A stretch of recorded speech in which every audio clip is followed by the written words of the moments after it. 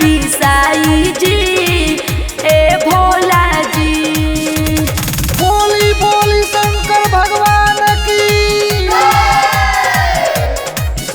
Present by Madhubala music.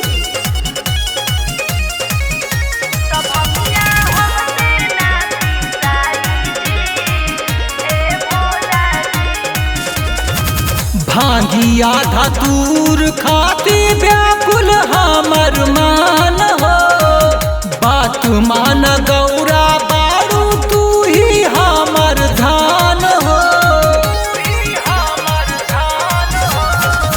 भांगिया धतूर खाती व्याकुल हमर मान हो, बात मान गौरा बारू तू ही हमर धान हो। चुअता पलानी एगो घर बनवा दीजी ए भोला जी। तो भंगिया हमसे ना पिसाई जी ए स्वामी जी।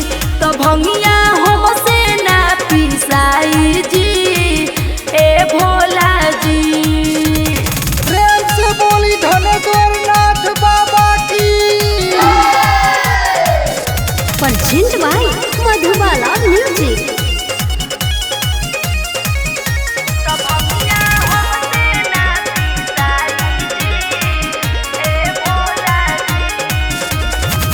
चढ़ते सवन रहे भंगिए पर ध्यान जी, देखी के रहन हम बानी परेशान जी।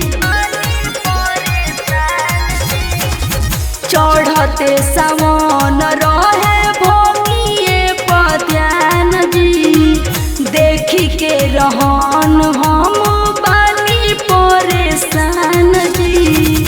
पंकज निशाई बनी के कंवरिया हो ए गौरा हो। त भंगिया हमसे ना पिसाई जी ए भोला जी। त भंगिया हमसे ना पिसाई जी।